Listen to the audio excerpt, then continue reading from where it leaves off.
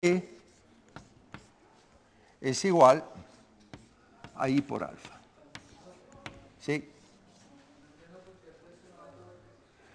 Porque el torque de una fuerza cuya dirección pasa por el origen de coordenadas es nulo. Estoy tomando el eje, el origen de coordenadas está acá, el eje Z es perpendicular al dibujo, esta fuerza no da torque porque su dirección pasa por el origen de coordenadas, pero esta no. ¿Sí? Entonces, el torque de esta fuerza es R, el vector R que señala el punto de aplicación, R, el vector R, vector T. Este vector R, si quieres, lo dibujo acá. R vector T, esta mano no, porque es la zurda.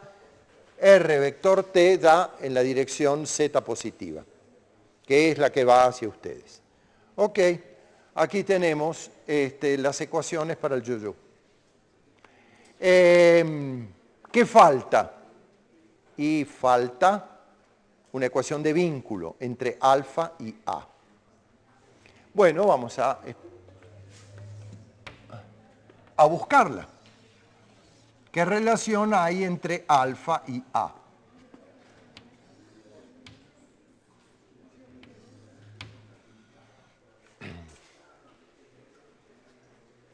La cuerda se desenrolla, ¿verdad? Y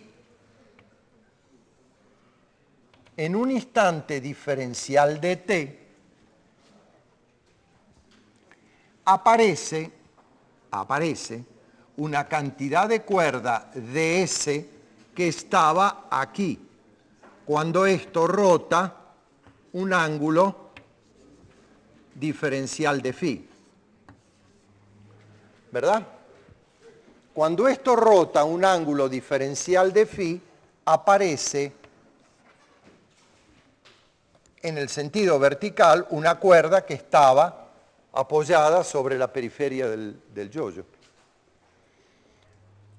O sea, un instante diferencial t después del instante inicial, esta cuerda entre el techo y este punto tangencial al yo-yo es un poco más larga.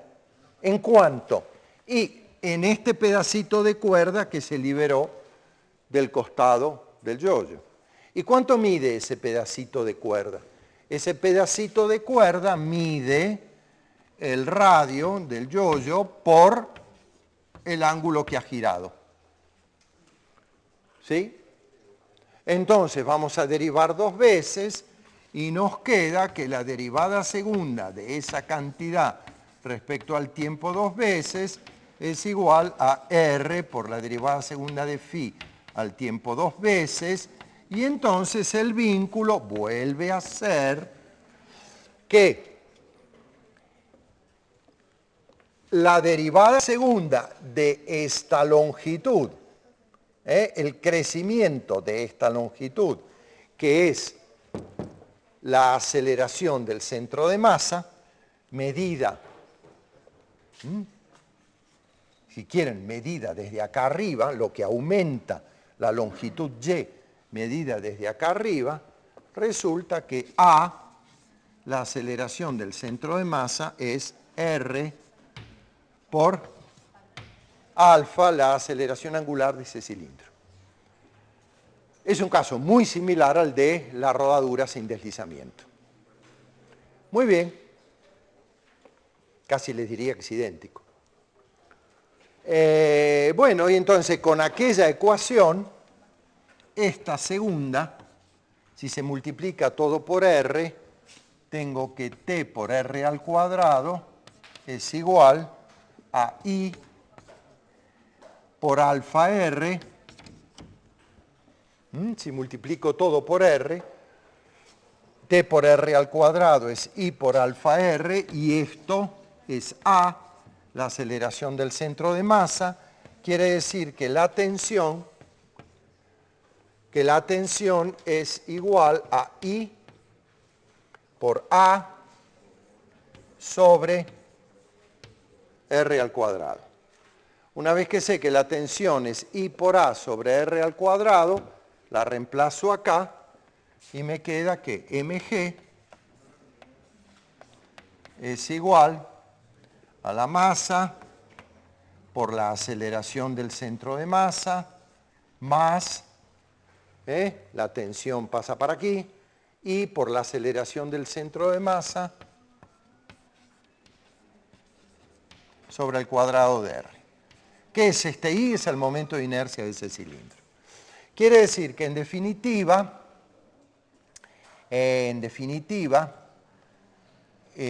la aceleración del centro de masa es igual a m por g sobre m más I sobre R cuadrado. Yo había hecho una cuenta,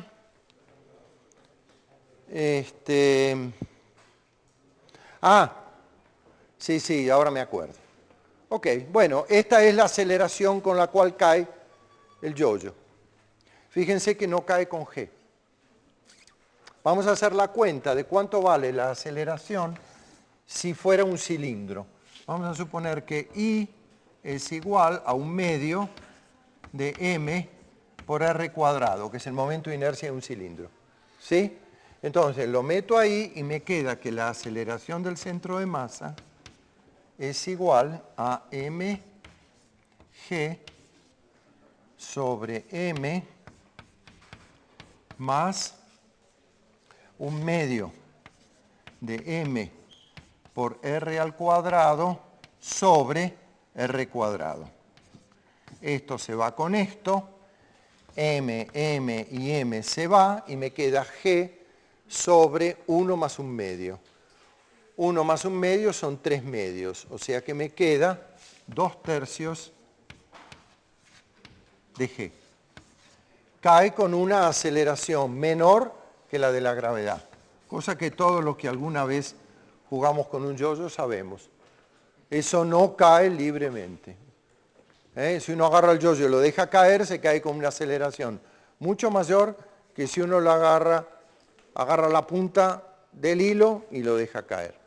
Ustedes pueden decir, bueno, lógico, porque no cae libremente, de verdad, no cae libremente, está la tensión.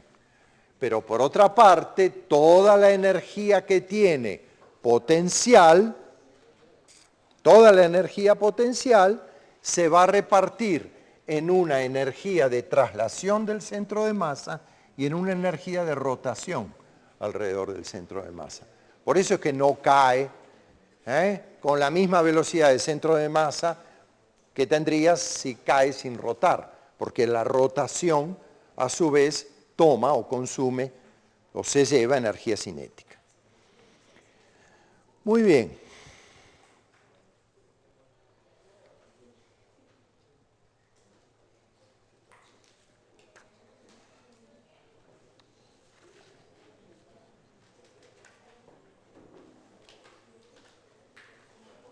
Vamos a ver ahora qué pasa. Vamos a hacer ahora otro ejemplo.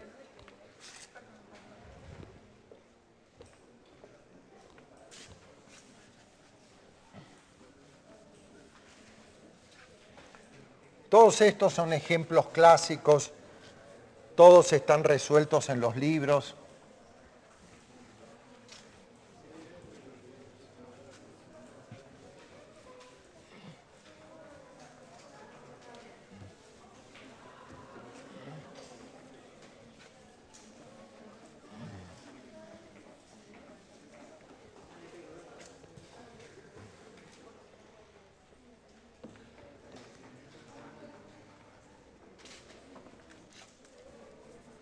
Ok, vamos a hacer otro ejemplo.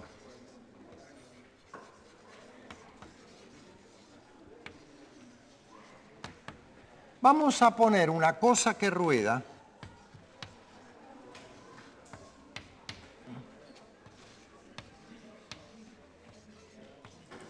en un plano inclinado.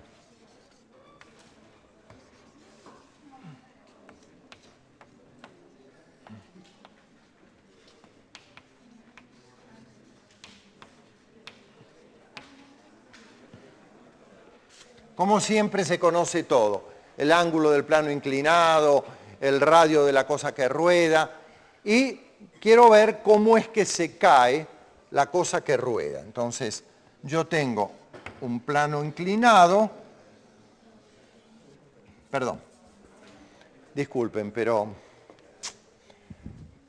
mis neuronas no me permiten dibujarlo más que en un cierto orden. Tengo la cosa que rueda, el plano inclinado, un ángulo conocido.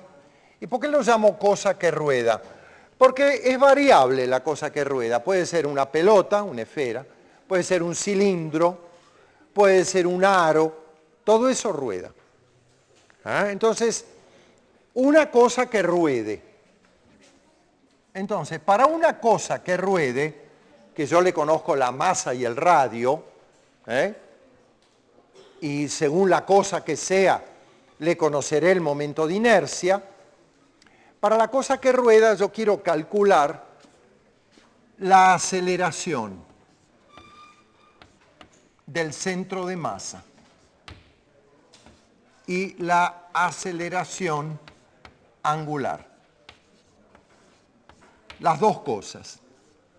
Porque evidentemente, como todos sabemos, una cosa que ruede en un plano inclinado, si yo la dejo rodar, se va a acelerar, no va a caer con velocidad uniforme. Muy bien. Entonces vamos a hacer aquí un poco de dinámica. No se los presento como un problema porque me interesa discutirlo en general. No les puedo decir el momento de inercia vale 0,5 kilogramos por metro cuadrado sobre un ángulo alfa de 36 grados, porque eso es para un parcial.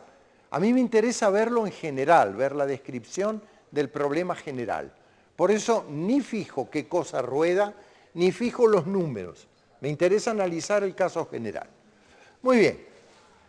Evidentemente va a dar lugar a un movimiento acelerado. Si no es acelerado, el problema lo dirá. Y vamos a empezar a analizar qué fuerzas actúan sobre la cosa que rueda. Entonces yo voy a ir poniendo y ustedes me van a decir. Perdón. Ajá, vamos a ver, ¿qué cosas actúan ahí?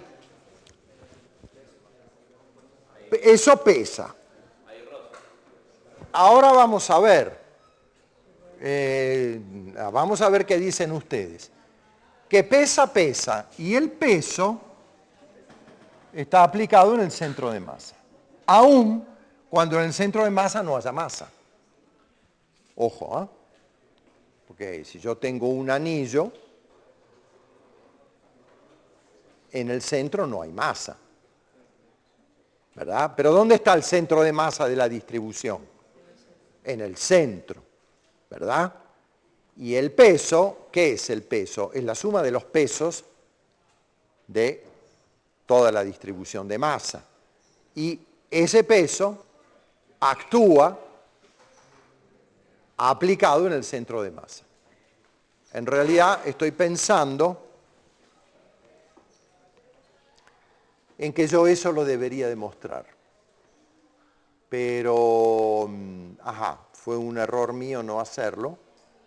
Pero lo voy a hacer en la próxima clase. Créanme por el momento que para una distribución de masa,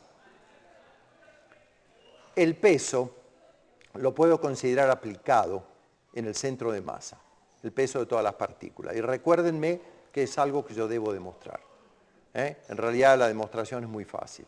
Es que respecto de cualquier punto que yo tome torque, la suma de los torques que darían los pesitos elementales que componen el cuerpo, la suma de todos esos torquitos es como un torque único de una fuerza, que es el peso total que está aplicado en el centro de masa. Lo tengo que demostrar, por el momento me lo van a creer.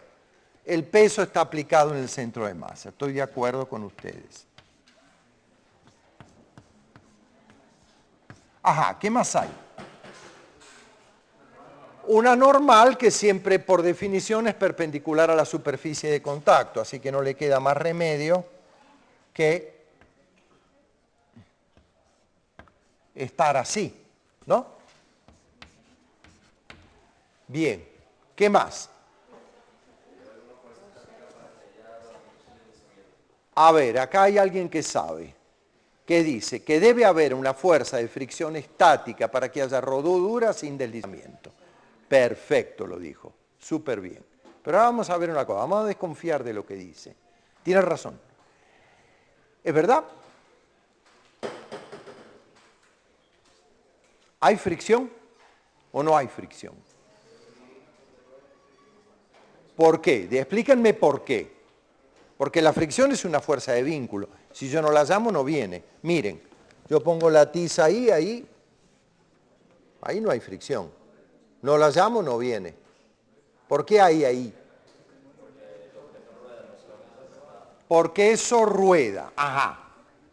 Ok, es verdad. Eso rueda. ¿Y para dónde está la fricción? La fricción está para arriba. Hacia abajo. ¿Hacia arriba o hacia abajo? Vamos a ver, vamos a dejarlo en suspenso un instante. Vamos a hacer las ecuaciones de movimiento. Yo digo que la suma de las fuerzas aplicadas es igual a la masa total de la cosa que rueda por la aceleración del centro de masa. Muy bien. Y la suma de los torques tiene que ser el momento de inercia respecto de un eje, vamos a tomar, que pasa a través del centro de masa para ver cómo es la rotación del sistema alrededor del centro de masa por la aceleración angular. Ok. Tomemos torques respecto de un sistema que pasa por el centro de masa, que es lo mismo que decir, tomemos torques respecto de un sistema tal que el momento de inercia es el calculado alrededor de un eje que atraviesa el cuerpo y pasa por el centro de masa. Un eje que está en la dirección de mi dedo perpendicular a la pizarra. Muy bien. ¿Qué torque va a dar la normal? No, así no, porque eso no, matemáticamente no existe. Ajá, quiero decir, yo no puedo escribir matemáticamente una cabeza, me tienen que decir cuánto numéricamente. 0, 0, 0. Claro, el torque de la normal es 0, pasa por el origen. ¿Cuánto vale el torque del peso? 0. ¿Cómo va a rotar esto? ¿Cómo va a rotar? ¿Para arriba o para abajo? Ajá, quiere decir que yo ya sé que va a rotar así, ¿verdad? ¿Quién puede dar torque para que eso rote así? La fuerza de fricción. Luego, ¿para dónde está? No queda otra. Sí, señor. O sea que el primero que me dijo bien, no me acuerdo quién era, y los que dijeron la fuerza de fricción va para arriba tienen razón. ¿Por qué? Pero si esto se tiene que acelerar en este sentido, ¿quién puede dar ese torque? Las aceleraciones angulares provienen de torques. El peso no puede, porque da torque nulo. La normal no puede, porque da torque nulo. Lo único que puede dar torque es la fricción. ¿Qué fricción es esa? ¿O dinámica? Pero eso está moviendo. Pero el punto que está fijo no se mueve, o sea, es una secuencia de puntos. Perfecto, eso se está moviendo, pero ahí no hay deslizamiento. El punto de contacto está quieto, la fricción es estática, no hay deslizamiento. No es una fricción que consuma energía. Y es una fricción que no trabaja. Pues no, eso no quiere decir que no esté. La normal tampoco trabaja y está. Bien, entonces, ¿qué tenemos acá? En este sistema de coordenadas,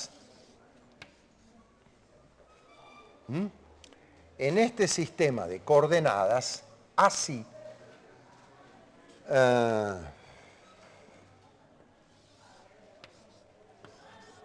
fíjense con qué cuidado lo tomo, de modo que en el sentido de la rotación que va hacia ustedes, tomo que ese sentido sea Z, entonces esto es X, esto es Y, y X girando a Y da Z, y tomo una terna positiva. Entonces, en este sistema de coordenadas, no es obligado, yo puedo tomar otro sistema de coordenadas, pero me conviene adaptar el sistema de coordenadas al futuro movimiento del cuerpo, sobre todo ahora que estamos empezando, después uno lo pone como siempre, como se le da la gana. Entonces, ¿qué fuerzas tengo? Acá tengo una doble, un doble sistema. Acá tengo que la suma de las fuerzas en la dirección X será la masa por la aceleración del centro de masa. No voy a poner más el subíndice centro de masa. Ya la pongo ahí, la cursiva, en X. ¿Y a qué es igual esta? Esta es igual a mg por el seno, o sea, la componente horizontal del peso, esta, bueno, perdón, horizontal no, la componente X del peso, mg por el seno de alfa, esto es alfa, menos la fuerza de fricción. Eso me tiene que dar la masa por la aceleración del centro de masa en la dirección X. Y la suma de las fuerzas en la dirección Y será igual a 0. ¿Por qué? Por ley de normal. La normal se va a ajustar a la componente vertical del peso para que no haya aceleración. Entonces me queda que la normal menos mg por el coseno de alfa tiene que ser igual a 0. Y la normal toma el valor mg coseno de alfa.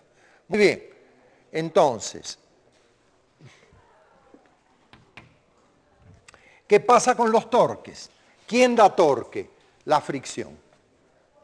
Entonces, de acá tenemos que el torque de la fricción que da en sentido positivo, X girando a Y, Z, el torque de la fricción que da en el sentido positivo tiene por módulo la fuerza de fricción por R, estoy tomando torque respecto a un eje que pasa por el centro de masa, y eso es igual al momento de inercia de la cosa que rueda por la aceleración angular.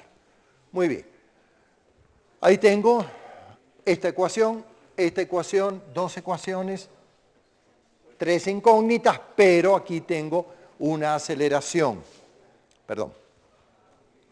Acá tengo una rodadura sin deslizamiento. Yo ya sé que para la rodadura sin deslizamiento, rodadura sin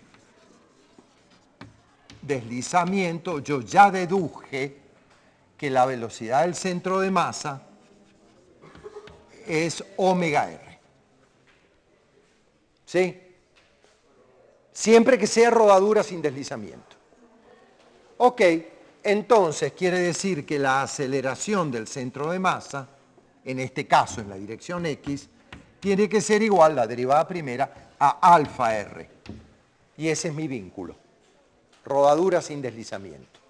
Muy bien, entonces de aquí yo puedo despejar que la fuerza de rozamiento es I por alfa sobre R,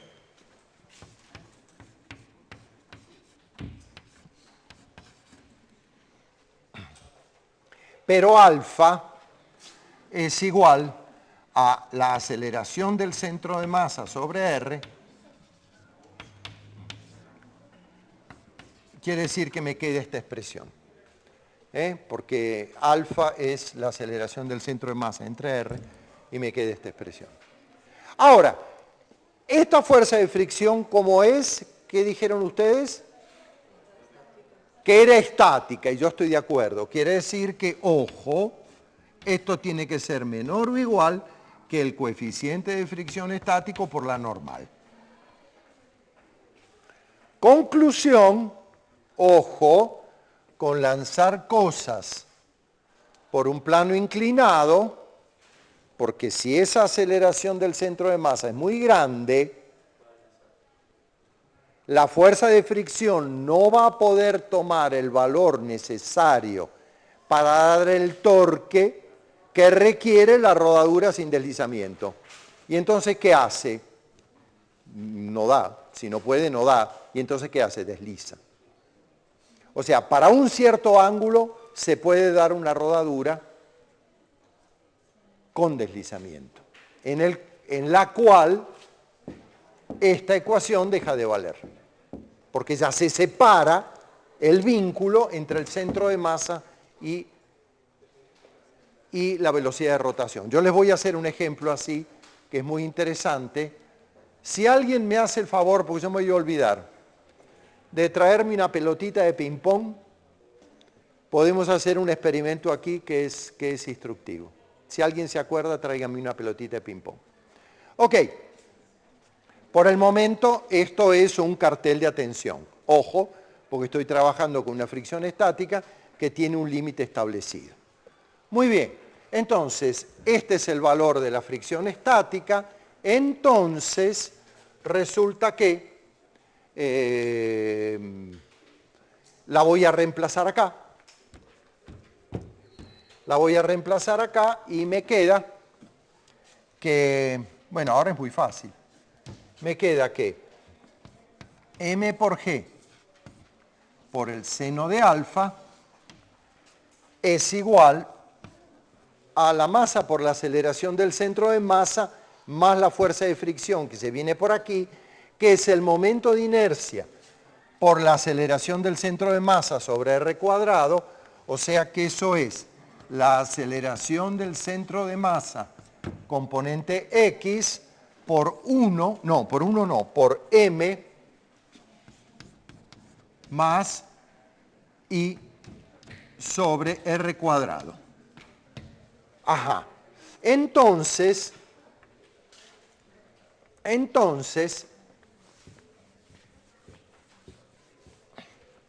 la aceleración del centro de masa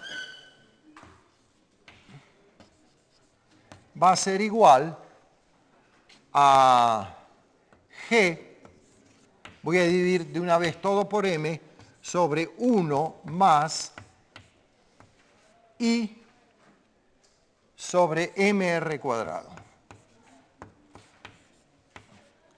Porque fíjense, esto pasa acá dividiendo, me queda mg, me olvidé el seno de alfa.